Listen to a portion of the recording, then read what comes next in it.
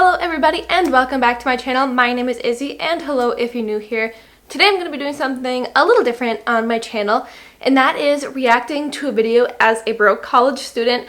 I absolutely love watching these kind of videos, and I thought it would be fun to record a reaction video to one that came out just a couple days ago. The video is called How This 41-Year-Old Anesthesiologist Living in New Jersey Spends Her $1.3 Million Income, Glamour. And yes, my fire alarm is beeping in the background because it's out of batteries. So just ignore that, and we're gonna go straight into reacting. These money kind of videos are stuff that I really find super interesting, how people spend their money, how people budget, and they also are super informative. I learn a lot of stuff about Roth IRAs, 401ks, retirement plans, savings, investing, all that kind of stuff, so I love learning from these videos as well as reacting to them. And obviously, I don't have a lot of money. I just got a new job. My bank account has kind of been struggling recently because I haven't had an income. So now that I'm working again, I'm working on rebuilding up my savings account. But anyway, I'm just blabbering on right now. We're going to watch the video. And yes, this is my first time seeing it. I have it up here on my laptop, and let's get started. I'm 41 years old, living in New Jersey. I work as a doctor and I make about $1.3 million a year through practicing medicine and other investments. I have about $6 million in savings, $1 million in 401k, $350,000 in a Roth IRA, and $4.6 million in other investment stocks and bonds. Okay, right away, I wasn't expecting her to have that much in savings, but I guess if you're making $1.3 million a year, even then, that seems like a lot amount in their savings, which is absolutely great for her. If I could afford to have almost, like 4 years of my income in my savings at one time, that'd be great. So obviously she must be living below her means to be able to be saving this much. Also, $1 million in her 401k and another $350,000 in Roth IRA and $4.6 million in investments. I really hope she gets into what she's investing in because I'm really curious. After taxes, my take home is $75,833 a month. So she makes $75.8K a month. So I'm going to just see how much that is a year after taxes. Okay, that's $909,600, which that seems like quite a bit actually after taxes, which great for her. $2,600 a month goes to my mortgage, $600 on average on utilities, and $300 on monthly subscriptions. This includes a gym membership and medical subscriptions. What are medical subscriptions? Somebody please explain to me what that is in the comments and why it costs almost $300 a month. That seems very, very high. She must have a pretty nice house, which obviously you can afford it, and utilities, $600. Like I said, it must be a big house. I'd really like to see what the house is because utilities normally shouldn't be that high. I mean, she can afford it no matter what, but if she wanted to put more into her savings, I bet she could. That leaves around $72,333 a month to spend. I have no credit card debt and $80,000 in student loans. If she has $80K in student loans, I think she's going to explain it here, she could just pay that off instantly with her savings. Like if she's making that much a year, I wouldn't want to pay interest on $80,000. I would honestly just take $80,000 out of my savings and pay it off. It'd be worth it in the end to just get that out of the way, to not have to worry about monthly payments or interest. But let's see what she has to say. And the reason I haven't paid it off is because... Oh, she's literally explaining right now. It's at 1.25% interest. I need to listen to that one more time. 1.25% interest. How did she get an interest rate that low? And how is like everybody not getting an interest rate that low? I mean, obviously I would still pay it off, but I'm no financial planner, so obviously her financial planner must know what they're talking about. Wow, how is it that low? Please explain more. Why bother? I make more money investing that than I do having paid it off and not having that money as a lump sum in the investment portfolio. Oh, she's investing it. Okay, still, I would probably pay it off just to get it off my chest, but who knows? She's probably making more investing it anyway.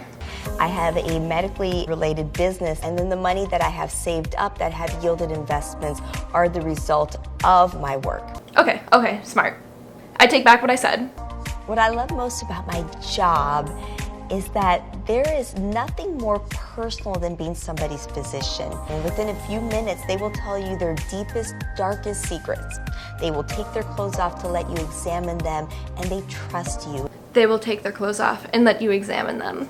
The most expensive thing I ever bought, and this may sound strange coming from somebody who is a vegetarian, was a chinchilla comforter. It was probably about $75,000. Oh my god, $75,000 on that thing. Even if I made $20 million a year, I would never spend $75,000 on a comforter when you can get a great one for like 50 bucks online. The first transaction is for parking is $15. That was a night we had gone out to go watch a show. And then the United States Post Office, $3.66. I must have been mailing something. I like how she's pointing out things that only cost $15 or $3.65, even though there's something right above it that cost over $1,000. The next transaction is for the Walnut Street Theater. I bought tickets to go watch a show there. I do not recall which show that is. Must not have been a very good show if you spent $50 on it and can't remember what it was. I generally go to about 30 to 40 shows a year on average, if not more. 30 to 40 shows a year? Is she talking about like movie theaters or like plays? And the next charge on here is for $210, and that is for my board certification, the renewal for my board certification. Yep, definitely a thing. I'm going into real estate and I'm just now learning how many fees and extra costs there are just to be a licensed real estate agent. You gotta pay yearly fees and it's just super annoying. And then of course I splurged at Starbucks for a whole $11. I'm not a Starbucks fan. You'll learn that from me right away. I don't like coffee. I won't drink anything at Starbucks except for maybe water. So there's no way I can justify spending like $11 on coffee and a bagel. Here's a really good financial tip for everybody. Don't like coffee. Never get into it while you're young. Never start like, I don't know, I'm just repulsed by the smell of it even. But don't like coffee and you will save so much money. Then spent at AliExpress $12.79. That was for clothing. AliExpress $34 for more clothes. AliExpress $48 for more clothes. AliExpress $55 for more clothes. Amazon for $15. That was a wig I bought for Halloween. Amazon $10. That was for makeup for my Halloween costume.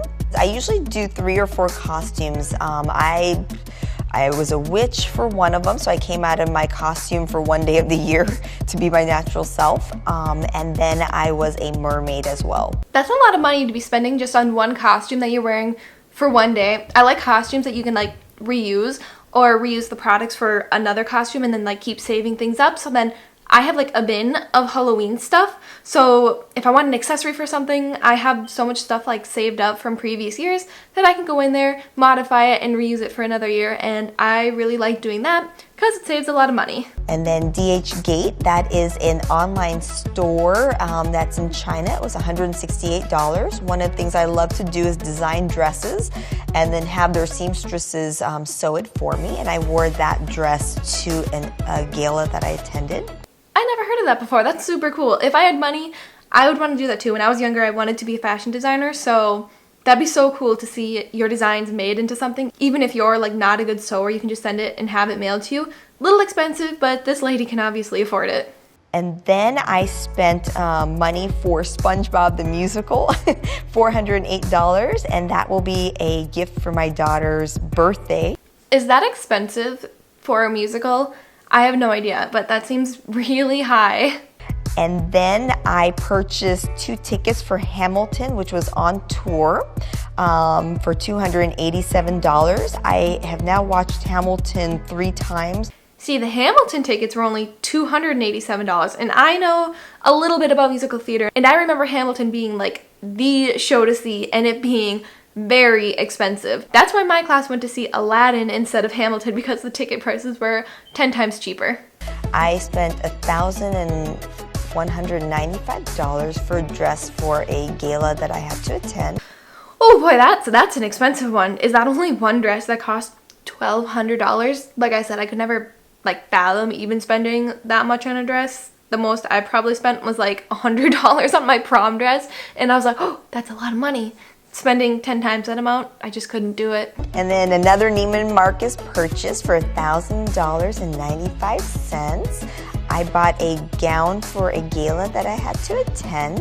Man, where does she get to go to all these galas? I would love to have that opportunity to go to multiple galas a month, I don't know, where she needs to buy $1,200 dresses to go to. But why can't she just wear the same dress to both of them and save $1,000? It's another charge for $695. That was for another gown. And I wasn't sure what I wanted to wear, so I ordered two. I probably have well over 100 gowns. I have 3 closets that are about 900 square feet. She has over 100 gowns and 3 closets. That seems excessive. And I'm just, even from a millionaire's point of view, that seems excessive. Why can you not wear these dresses to more than one event? Nobody's gonna remember it but you, I promise.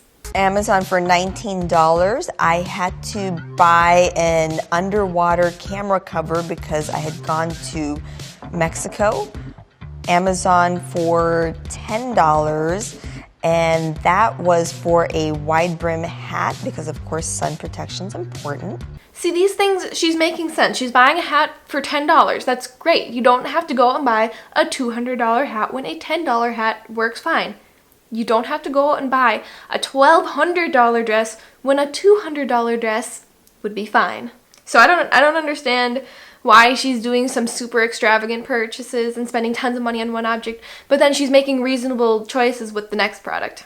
And then there was another charge for Terminix for $89, and that was during the summer for the mosquito treatment. We don't want mosquitoes. Ooh, if I could afford mosquito treatment, that'd be something high on my list. I don't even know what mosquito treatment is, but it sounds amazing. Next is Amazon. I spent $394, and that was for a Lego set for my daughter. $400 on Legos, no matter how much she learns from it, is quite a bit. I would love to be her daughter. It'd be very nice to be spoiled with $400 worth of Legos. If I could give younger women advice, it would be to go to school and get your education. One of the best things I ever did was have financial freedom. It allows me to live the life that I do, which is filled with happiness, choosing whatever I want, and saying no to anyone who disrespects me. I can't say it on camera, but it's the you factor. So I'm not really sure I agree with her advice at the end there. You can be a very high authority figure and tell people what to do even if you don't go to school. I'm a firm believer in doing what is the best choice for you and for school. And for a lot of people, school and getting a degree is not the best option and is just a waste of a bunch of money. Going into trades is a very good choice for people that don't want to go to college. Doing online training or getting into some company early on and working up the ranks is a good way. College and school is not a good choice for everybody. Obviously, you need it if you're going to go down a specific path like becoming an anesthesiologist, and it obviously paid off for her, but not everybody can afford to go to school like that and rack up $100K in debt and make enough money to be able to pay that off, especially with her crazy low interest rate, which I have never heard of before, and still am so curious about that, and I want that interest rate. I think everybody does. But yeah, I don't really agree with her advice at the end there. You don't need to go to school to be respected. Obviously, school is a great choice for a lot of people. Obviously, it's not for a lot of other people.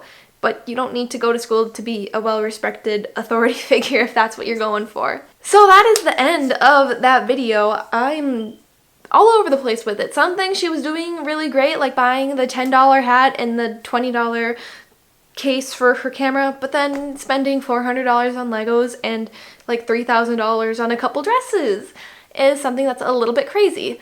So I think that's kind of everything I have to say on the subject of that video. I'll have it linked below if you want to watch the full thing, because they're always so interesting to watch and you always learn so much about different people's lifestyles, where they're from in the country, and like how money works all over the place and with different incomes. So I love watching them, and it will be linked below. And if you made it this far into my video, thank you so much, and please consider subscribing to my channel. I have lots of money and advice related videos coming out on my channel that I have plans for and are in the works, so definitely stick around for that. Also, like and comment, you know the whole deal. I don't need to go over it again, but thank you so much for watching.